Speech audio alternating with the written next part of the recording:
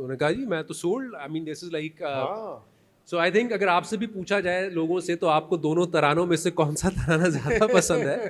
So you know and my argument was کہ میرے خیال میں maybe the Persianized one is like very liturgical, you know. جی official ہے, And this is like more awami. یہ عوامی, یہ اور اس عوامی میں مشرق اور مغرب کا ذکر ہے, مشرقی پاکستان اور مغربی پاکستان, شاید یہ بھی ان کی ہو کہ مشرق اور مغرب کا وہ مساوات کا ذکر ہے, رواداری کا ذکر ہے, کی ورڈز جو مندر کا ذکر ہے. ہاں بڑی عمدہ بات ہے, اور کلمے کا بھی ذکر ہے.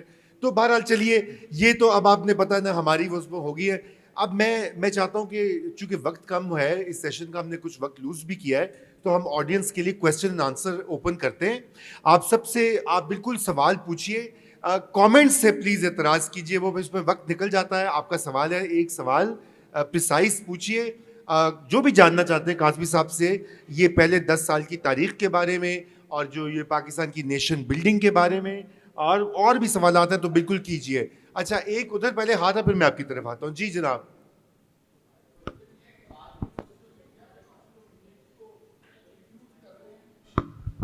آج کل سوشل میڈیا پہ کچھ لوگ جو ہے نا یوتھ کو کنفیوز کر رہے ہیں اباؤٹ 14 اگست اور 15 اگست. اصل آزادی کی ڈیٹ کیا ہے؟ بڑا اچھا سوال ہے, زبردست جی. سر 15 اگست ہے. دیکھیں وہ تو دیکھیں لاجیکلی نا, دا لیپس آف برٹش سوزرینٹی وہ مڈ نائٹ آف 15 اگست کو ہوئی نا, تو اور وہ لیکن قائد اعظم کی زندگی میں ہی ان سے اپروو کروا لیا تھا کہ ہم 14 اگست کو منائیں گے. سو یہ ان کی زندگی میں ان کے دستخطوں سے یہ اپرووڈ ہے. تو لوگ جو لوگ اس کو وہ لاجک یہ بنانے کی کوشش کرتے ہیں نا کہ وہ 27 رمضان کی شب تھی اور بڑی وہ, تو ہاں سو بیسیکلی وہ اس میں پرابلم یہ ہے کہ پھر ہندوستان بھی 27ویں کی شب کو ہی آزاد ہوا بیسیکلی, وہ بھی بابرکت آزادی تھی.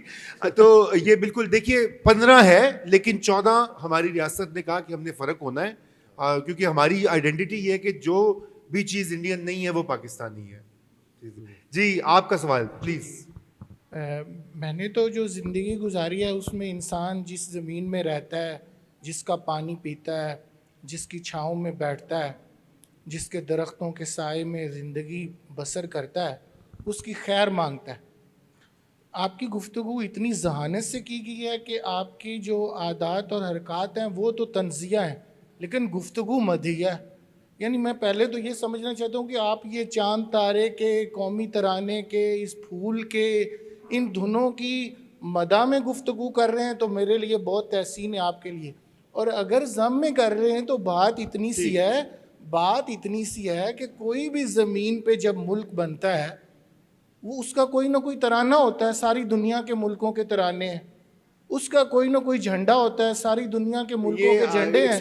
اگر اس مفلوق الحال ملک کے پاس جھنڈا اور تارا ہی تو بچا ہے, وہ اگر آپ لینا چاہتے ہیں تو مائی باپ for the sake of Joe Biden please to pity on the people and please do tell him right way. آپ تو ماشاءاللہ آپ کی بات آ گئی, تھینک یو. اس ترانے میں آپ کی تو پرورش ہوئی ہے. دیکھیے سر آپ کی بات آ گئی, جواب دیتے ہیں آپ کو کہ آپ نے, ان کا سوال یہ ہے کہ بھائی آپ لوگ تنزیہ بات کرے تھے یا وہ مداح میں بات کرے تھے, اور دوسری یہ بات ہے کہ کیا جھنڈے تارے کی گفتگو کیوں ہو رہی ہے, آپ نے کیوں تحقیق کیوں کی ہے. یہ بڑا سوال ہے, جواب دے ہوتا. دیکھیے بات یہ ہے کہ جو مورخ ہے یا جو اس کا کام ہے تنقید سے مراد وہ والی نیگیٹو نہیں ہوتا, کرٹیک کرنا. سو کرٹیک از امپورٹنٹ, وگرنہ اگر صرف جھنڈے کے ترانے کے احترام میں کھڑے ہونا ہے تو آپ کھڑے ہو جائیں, اور جھنڈے کو اگر صرف سلوٹ مارنا سلوٹ مارتے جائیں, اس سے لیکن کوئی ہمارے تنقیدی تاریخی شعور میں اضافہ نہیں ہوتا. یہ جاننا ضروری ہے کہ کیا کانٹرڈکشنز تھیں, ان کانٹرڈکشنز کو اگر آپ رد کرنا چاہتے ہیں اور ایک simplistic form of being Pakistani آپ کو ایکسیپٹیبل ہے, سو ان دا نیم آف جو بائیڈن مبارک ہو آپ کو, مجھے اس پر کوئی اعتراض نہیں ہے. لیکن یہ آپ کا مکالمہ نہیں ہے. I'm so sorry please. جی بالکل, میں ماڈریٹر ہوں, میرے پاس یہ پاور ہے. I'm sorry. Next question please. Yes آئیے سر آپ کا جواب دے دیا انہوں نے, اور میں اس میں اضافہ کر دیتا ہوں. وہ یہ سمجھنا چاہ رہے ہیں کہ پاکستان 1947 میں ایک نوزائیدہ ریاست تھی, اس نے اپنے سمبلز کیسے اڈاپٹ کیے, یہ تاریخ دان کا کام ہوتا ہے. وہ تحقیق کرتا ہے, وہ شعور دیتا ہے اور شعور بانٹتا ہے. وہ اپنی آنکھیں بند کر کے پٹی نہیں باندھتا. تو اس لیے پلیز قدر کیجیے ایسے لوگوں کی جو اس پر تحقیق کر رہے ہیں رادر دین کہ آپ کہہ رہے ہیں جی تمسخر نہیں اڑا رہا. یہ سمجھنے کی کوشش ہے, اگر ہم نہیں سمجھیں گے تو جانیں گے کیسے. جناب. جی قاسمی صاحب سے میرا سوال یہ ہے کہ ہم ریاست کو اس کا ذمہ دار سمجھ رہے ہیں کہ جی بہت, لیکن ریاست خود کیا چیز ہے؟ یعنی وہ اس میں ڈیسیژن میکنگ, اس میں فیصلہ سازی کا اختیار اس وقت کس کے پاس تھا؟ کیا یہ اگر بیوروکریسی یہ سب کچھ کر رہی تھی تو پھر سیاستدانوں نے آخر اپنا اختیار ان کے حوالے کیوں کر دیا؟ اور اس زمانے کے اندر عوام بھی متحرک ہیں, اگر آپ جس طرح اخبارات کا حوالہ دے رہے تھے, تو پھر یہ فیصلہ سازی کا سارا اختیار ایک خاص کمیونٹی کے پاس کیوں آ گیا, اور وہی ایک خاص طرح کے اسلام کے ایک ورژن کو ہی ریاست کا ایک طرح سے مین ورژن کیوں بنا رہے تھے؟ دوسرا اس سے ریلیٹڈ کویسچن یہ ہے کہ اس زمانے کے اندر جو ترقی پسند تحریک کے بعد جو ہے نا بڑے بڑے لوگ موجود تھے, فیض احمد فیض جیسے اور لوگ جن کے اندر جو ہے نا بہت ساری تخلیقی صلاحیت بھی تھی, تو ان کا رسپانس اس سارے اس میں جو وہ کس طرح کا تھا اور وہ کیا رول پلے کر رہے تھے؟ اچھا ایسا ہے سر کہ چونکہ اس وقت بیوروکریسی کا, اور یہ تھرڈ ورلڈ آپ جانتے ہیں جو پوسٹ کولونیل اسٹیٹس ہیں, وہاں پر ملٹری اور بیوروکریسی اپنے آپ کو وہ ماڈرنائزنگ فورسز کے طور پر دیکھتے تھے کہ, اور ان کو ظاہرہ امپیریلزم کی آشیرواد بھی حاصل تھی, جو ان کو لگتا تھا کہ یہ ہمارے ہی ایکسٹینشنز ہیں, ہمارے ہی بنائے ہوئے انسٹیٹیوشنس ہیں جس کے ذریعے ہم ڈیولپمنٹ یا ایک خاص طرح کی ماڈرنائزیشن لا سکتے ہیں. So in case of Pakistan I think what is different کہ ہندوستان میں تو نہرو تھا, کانگریس تھی, اور نہرو کے اپنے دبدبے کی وجہ سے وہ جو ویژن دینا تھا ریاست کو, وہ نہرو نے اپنا ویژن دیا اور وہ ایک مستحکم کر سکے ڈیموکریسی کو. پاکستان میں آن دا ادر ہینڈ اس طرح کی کوئی ٹاورنگ فگر وہ نہیں تھی, اور ڈیموکریٹک پروسیس سے ان کو ایک خوف آتا تھا کہ ایک انگزائٹی تھی, ایک فیئر تھا, اور جس کی وجہ سے پاکستان میں انتخابات نہیں ہوئے, صوبائی اسمبلی کے ہوئے یا باقی, لیکن دوسرے انتخابات نہیں ہوئے. اور ایسا نہیں کہ لوگ ریزسٹ نہیں کر رہے تھے, پولیٹیکل پارٹیز ریزسٹ نہیں کر رہی تھیں. پولیٹیکل پارٹیز میں بنگال کی بھی, پنجاب کی بھی, سندھ کی بھی, فرنٹیئر کے بھی. سو دیٹس مائی فوکس کہ پاکستان جو بن گیا وہ انیویٹیبل نہیں تھا. پاکستان ایک انٹلیکچوئل بیرن یا ویسٹ اینڈ اس طرح سے نہیں تھا, اور پاکستان کی تاریخ صرف یہ نہیں ہے کہ یہاں پر آبجیکٹیو ریزولوشن پاس ہوئی, پاکستان اسلامک ریپبلک بن گیا, پھر یہاں مارشل لاء لگتے رہے اور یہاں پر ٹیررزم تھا. اس میں بہت گہرائی کے ساتھ انٹلیکچوئل ڈبیٹس 50s میں کم سے کم ہوتی رہی ہیں. میرا جو تھا وہ میں اسی کو ریٹریو کرنا چاہتا تھا, the possibility of a Pakistan that could have been, you know. اور وہ میں دیکھ رہا ہوں اس اسمبلی ڈبیٹس کے ذریعے بھی دیکھ رہا ہوں, وہ اخبارات کی ڈسکشن کے ذریعے بھی دیکھ رہا ہوں, جس میں امروز, پاکستان ٹائمز, نوائے وقت یہ بھی شامل ہیں. اور میں اس بیوروکریٹک آرکائیو کی کرٹیک کر کے بھی وہ دیکھ رہا ہوں کہ what other possibilities could there have been, جو کہ ہم پرسیو نہیں کر پائے. گریٹ. اچھا جی, آپ کا پھر حمزہ. جی محترمہ, یہ مائک دیجیے ان کو. ایک سوال پلیز. ہاں, دو آپ کی طرح نہیں. جی علی, میرا سوال آپ سے یہ ہے کہ ہم آبجیکٹیو ریزولوشن کی جو اسمبلی میں ڈبیٹ ہے اس کو پڑھتے ہیں, جو لیاقت علی خان کی ایز پرائم منسٹر اسپیچ تھی, and he said any minority could move up to the head of the state. یہ بہت بڑی ایک کمٹمنٹ ہے as a prime minister on the floor of constituent assembly. یہ کیا امیجنیشن تھی ان کی؟ How he thought that this could be possible, knowing the political conditions, the tussle between political elites and علماء who were acting as pressure group. سو یہ سب کچھ دیکھتے ہوئے یہ بہت اچھا سوال ہے, کیونکہ علماء پر بھی ان کا ایک چیپٹر ہے, تو اس سے بھی لنک کر دیجیے ذرا. دیکھیں نا, اس میں یہ بہت اچھا سوال ہے کہ میرا یہ کہنا ہے کہ پاکستان بنانے والے جو لوگ تھے وہ بیسیکلی ماڈرنسٹ تھے, وہ اسلامک ماڈرنسٹ تھے. اس میں چاہے جناح ہیں, نہرو ہیں, جناح ہیں, لیاقت علی خان ہیں, یہ اور باقی بھی جو میجر مسلم لیگ, یہ فار دیم اسلامک ماڈرنزم کا کوئی کلیش نہیں تھا in their opinion with democracy, with human rights, with equality, with women rights وغیرہ وغیرہ. تو اس لیے اگر لیاقت علی خان نے فلور آف دا ہاؤس پر کھڑے ہو کر یہ کہا تھا کہ کوئی اس پر پابندی نہیں ہوگی, کوئی بھی ہیڈ آف اسٹیٹ بن سکتا ہے. ان کی کمٹمنٹ اپنی جگہ موجود تھی. وہ واقعتاً یہ سمجھتے تھے کہ ایک ایگیلیٹیرین فورس ہے اور ہم ایک ایسی لیبارٹری قائم کر رہے ہیں کہ جو پوری دنیا کے لیے ایک وہ بنے گی. بٹ دا سیم لیاقت علی خان نے جو کمیٹی بنائی اسلامائزیشن کانسٹیٹیوشن کو اسلامک بنانے کے لیے, وہ صرف اس میں اسلامک اسکالرس کو وہاں پر بٹھایا گیا, جو بورڈ آف تعلیمات اسلامیہ کے نام سے تھی, جس میں مفتی شفیع تھے اور ڈاکٹر حمید اللہ تھے اور مفتی جعفر تھے اور سلمان ندوی تھے. یہ 4-5 لوگ اس میں شامل تھے. اس کی جو سفارشات تھیں it was entirely completely against what جو لیاقت علی خان کی جو کہتے رہے تھے, جو ایشور کرتے رہے تھے. وہ تو یہاں تک کہتے تھے کہ عورتوں کی نمائندگی, عورتوں کو پارلیمنٹ کا ممبر ہی نہیں ہونا چاہیے, یا بڑی حد جب انہوں نے ریلیکٹنٹلی ایگری کیا تو انہوں نے کہا جو عورت 50 سال سے عمر جب اس کی زیادہ ہوگی تب وہ عورت پارلیمنٹ کی ممبر بن سکتی ہے. So I think so vision یہ تھا یا وہ بلیف ان کا یہ تھا, but for whatever practical and pragmatic political reasons ان کو علماء کو بھی ساتھ لے کر چلنا تھا, اور ان کی سفارشات کی روشنی میں ان کو پاکستان کو ایک کلیش, یہ کلیش جو ہے, یہ کانٹرڈکشن جو ہے, یہ پھر شروع سے نظر آتی ہے اور وہ آج تک چلتی جا رہی ہے. ایکسیپٹ اس میں جو چینج آیا ہے وہ یہ ہے کہ جو اسلامک ماڈرنسٹ ایلیٹ تھی, جس کا خیال تھا کہ ہم ڈکٹیٹ کریں گے کہ اسلامک اسٹیٹ کیا ہوتی ہے, they lost their monopoly very very soon. اور اب اسلامک اسٹیٹ کیا ہوتی ہے, it's entirely determined, defined by what the ulama would say, and that makes a lot of sense as well. بالکل. حمزہ. السلام علیکم. Thank you, ji. I think it's pretty obvious, sir, کہ the religious or the national identity of Pakistan is based on an ethno-religious nationalism. That's kind of the brand of nationalism that there is. Historian سے پوچھنا تو نہیں چاہیے about counterfactuals and counter possibility, but in the time that you've studied, was there a possibility that Pakistan could have ended up with a nationalism that was more reliant on civic ideals rather than ethnic religious identity? Yeah, I mean وہ ہے, بالکل تھا, لیکن وہ بھی بہت status project تھا. It's a different kind of a status project. For instance, اگر آپ مجھے وہ جو اسپیچ ہے نا ممتاز دولتانہ کی, وہ اپنے اسٹوڈنٹس کو پڑھاتا بھی ہوں, جو انہوں نے 1 یونٹ کے اوپر کی تھی, وہ اسپیچ سب کو پڑھنی چاہیے, جس میں انہوں نے ایک بالکل ہی, اور وہ بیسیکلی وہ اسپیچ ہے جس کو لے کر ارتضاد حسن نے کتاب بھی لکھی. تو وہ basically it's like state before nation.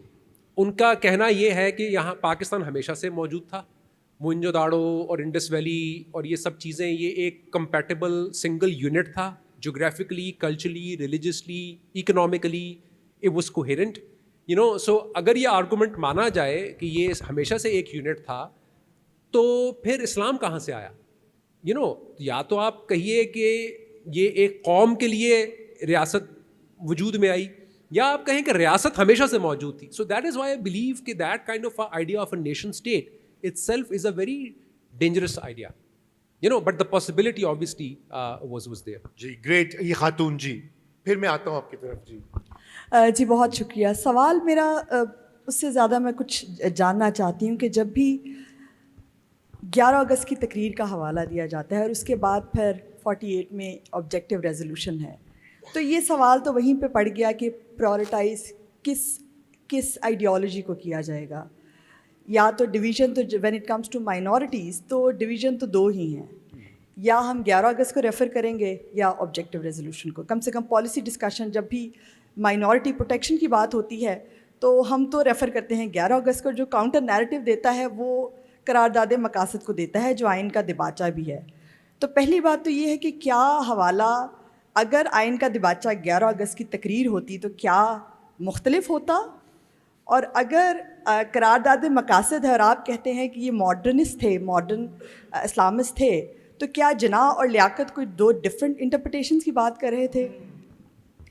Thank you so مچ, بہت اچھا سوال ہے. میرا ذاتی خیال یہ ہے کہ نہیں, الگ الگ نہیں تھے لیاقت علی خان اور جناح. لیاقت علی خان شاید پولیٹیکلی ان کی مجبوریاں شاید زیادہ تھیں, جناح کا جو رتبہ تھا یا جو وہ مختلف تھا.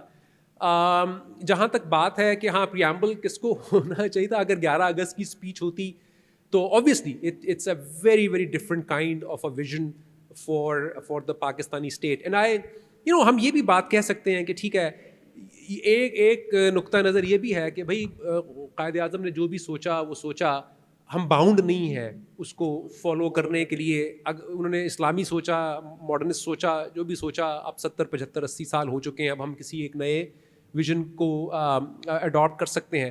But I still would insist کہ نہیں, 11 اگست ہی وہ ڈیفائننگ فیچر ہے جو پاکستان کا ہونا چاہیے. It's not objective resolution, it is 11th August, because it's a very well thought out speech. وہ ایک رینڈم نہیں ہے, اس میں ایک جگہ نہیں, اس میں 2 جگہ مختلف مواقع پر جو کلیئر ہے وہ ایکوالٹی کا ہے. And it's basically in a way it's also about economic equality ہے, سوشل جسٹس ہے, ریڈسٹریبیوشن کہ ہے. جب تک یہ سیکٹیرین رہے گا اس وقت تک جو ایسپریشن ہے جو ایک ریپبلکن ایکوالٹی کا ہو سکتا ہے وہ اچیو ہی نہیں ہو سکتا. That is the essence of that speech. So that's why it needs to be read beyond these categories of secularism وغیرہ وغیرہ. بالکل, بلکہ اس کو تو میں سمجھتا ہوں امینڈمنٹ ہونی چاہیے آئین میں, وہ جو اس کو بنا دیا ہوا آرٹیکل 2A, وقت آ گیا کہ اس کو مطلب چھیڑ چھاڑ کی جائے. بہرحال ایک یہاں سے ہاتھ اٹھا تھا کسی کا, صاحب کا. جی اچھا نہیں محترمہ. جی ہیلو سر, میرا سوال ہے شناخت, قومی شناخت کے بارے میں, کہ جس طرح سے ہماری قومی شناخت ہمیں پتہ ہے کہ there are other identities such as for local identities and then religious ones, and they remain in contention all the time. So is there a hope, or how and at what point you think the identity which has emerged more in a forced way can cease to be forced and reconcile with the ones which has emerged as a result of more historical and cultural processes? Thank you so much. Yeah, I mean, I would say that there is so there is one section where I was again looking at what the Bengali opposition was saying, and one of their ideas was that to define the federation as sovereign units which have come together to form that federation, right? So recognizing that kind of جس طرح American constitution کا ہے نا کہ بھئی یہ Virginia, Massachusetts, فلاں فلاں فلاں, so in a way it's a surrender of their whatever sovereign right that they had, and in that sense it's a voluntary kind of like an association that emerges out of it. It's a very different idea of the federation then, where the unit is much more autonomous.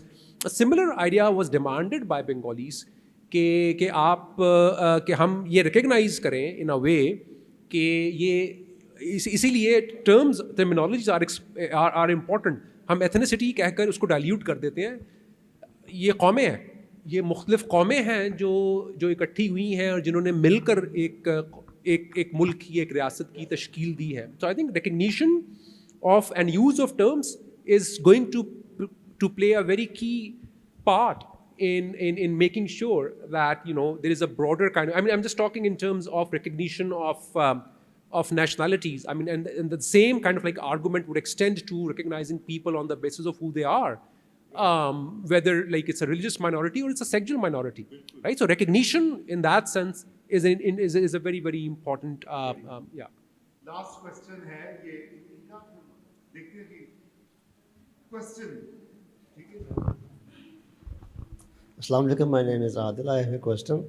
ابھی آپ نے بتایا کہ جب constitution making کا process ہوا اور جو وہ اسلامک پلیٹ فارم جب بنایا گیا, جو اس نے سفارشات دیں, Chaudhry Rahmat Ali was totally disagreed with that because he was a but secular type of Muslims, اور وہ بڑی وہ بیسک قسم کی تھی ان کی. سو آئی ہیو اے کویسچن کہ ہم نے بچپن سے پاک اسٹڈیز میں یہ پڑھا ہے کہ ہم یہ جو ان 4 صوبوں کے مسلمان ہیں ان سب کو ایک الگ ریاست بنا دی جائے جس میں یہ اپنی حساب سے اسلام کی روایات کو پریکٹس کر سکیں. So what do you think کہ وہ جو علماء تھے جنہوں نے وہ سفارشات دیں اور لیاقت علی خان کو نہیں پسند آئیں, 14 اگست سے پہلے بھی تو وہی علماء تھے اور ان کے ساتھ بھی تھے, ان کو پتہ بھی تھا دے آر ود اس, اور وہ اس سارے انڈیپینڈنس کے پروسیس میں ان کے ساتھ تھے. تو what happen, what do you think at what state, مطلب کہ وہ ان کو یہ نہیں پتہ تھا کہ یہ ہم نے ان کو ان کو ساتھ بٹھانا ہے, کل کو ان سے پوچھنا ہے. ان کا بھی سوال ایڈ کر لیجیے جی, یہ لیجیے مائک میرا دیں پلیز ایڈ کر لیں, پھر دونوں کا اکٹھا جواب دے دیں, then well wrap it up. جی قریب رکھ لیجیے مائک بس. جی اوکے, آئی ایم بلال. یہ بتائیے, آپ نے دوسرے قومی ترانے کا ذکر کیا, اس میں مشرق کا ذکر بھی آیا, مغرب کا ذکر بھی آیا. ہم سنتے ہیں کہ مولانا ابوالکلام آزاد نے بھی کچھ پریڈکٹ کیا تھا کہ پاکستان ٹوٹ جائے گا. تو کیا قومی ترانہ جو دوسرا ایکسیپٹ نہیں ہوا, اس کا دو قومی نظریے کے ساتھ یا مشرق مغرب کے ساتھ کوئی کنیکشن ہے یا نہیں؟ نہیں, اس کا اس سے کوئی تعلق نہیں ہے, اور ہمیشہ ری انٹرپریٹ تو ہو سکتا ہے. مشرق مغرب سے مراد ویسٹ اور ایسٹ بھی ہو سکتا ہے.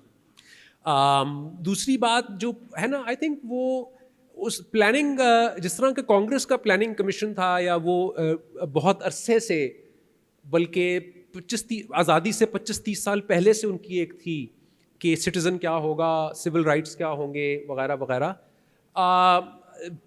پاکستان چونکہ مطالبہ ہی 40s میں ہوا, سو اس کے اوپر عوامی سطح پر اخبارات میں ڈبیٹ وغیرہ تو چلو تھی, اور کچھ مسلم لیگ نے اپنے پیمفلٹس وغیرہ بھی چھاپے تھے, لیکن the precise nature of the federation or the state or what is an Islamic state, اس کے اوپر آفیشلی کوئی بحث نہیں تھی. And that was because Jinnah wanted obviously for the right reasons wanted to get the support of as many Muslims as possible. So وہ اگر ایک کوئی وہ دے دیتے تو اس سے شاید باقی لوگ متفق نہ ہوتے یا خلاف ہوتے. So that's the reason. And in fact I would say کہ جو religious scholars ان کے ساتھ تھے, ان کے ذہن میں بھی یہ بات تھی. شبیر احمد عثمانی فار انسٹنس, وہ بھی ڈفرینٹ ٹرمز میں بات کرتے تھے. وہ ایک مرکز بنانے کی بات کرتے تھے, وہ مسلمانوں کی قوت کو مجتمع کرنے کی بات کرتے تھے کہ جب ایک دفعہ وہ ہو جائے گا تب پھر ہم بہت کچھ کر سکیں گے, اور پھر پھر ہم اس طرح کا ایک معاشرہ قائم کر سکیں. So I mean, so all of them were firstly initially interested in getting that centre of power, کہ جس کے تھرو دین ہم وہ کچھ کر سکیں جو ہم کرنا چاہتے ہیں. سو جو پریسائز ڈیٹیلس تھیں وہ ڈسکس نہیں کر رہے تھے پہلے. جی بالکل, ہمارا وقت ختم ہو چکا ہے. جہاں تک آپ نے پاک اسٹڈیز کی بات, کتابوں کا ذکر کیا, آپ ان کو جو ہے جا کے بھیج دیں یا اوروں کے استعمال کرنے کے موقع بھی بنتے ہیں, کیبنٹس کے اندر بچھائی جا سکتے ہیں کاغذ, اور ان کی کتابیں رہتی ہیں 3-4 اردو میں بھی وہ لے کر ان کو ریپلیس کرنا چاہیے. جی اس کے ساتھ ہی آپ سب کی آمد کا بے حد شکریہ اور تھینک یو.